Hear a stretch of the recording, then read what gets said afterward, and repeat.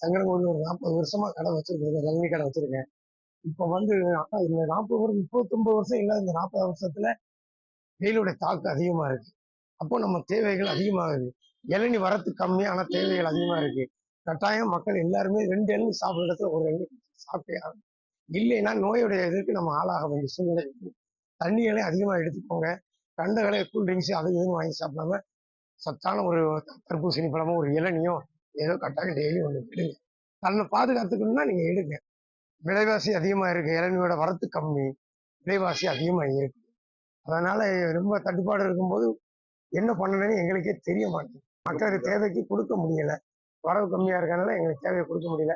கட்டாயம் எல்லா மக்களும் எடுத்து சாப்பிடும். நீர் ஆகாரங்கள் நல்லா சேருங்க. ஆனா உங்களை நீங்க காத்துக்கொள்ள முடியும். இந்த வெயிலோட தாக்கம் இன்னும் நாளாக நாளாக அதிகமாகிக்கிட்டு தான் இருக்கும்.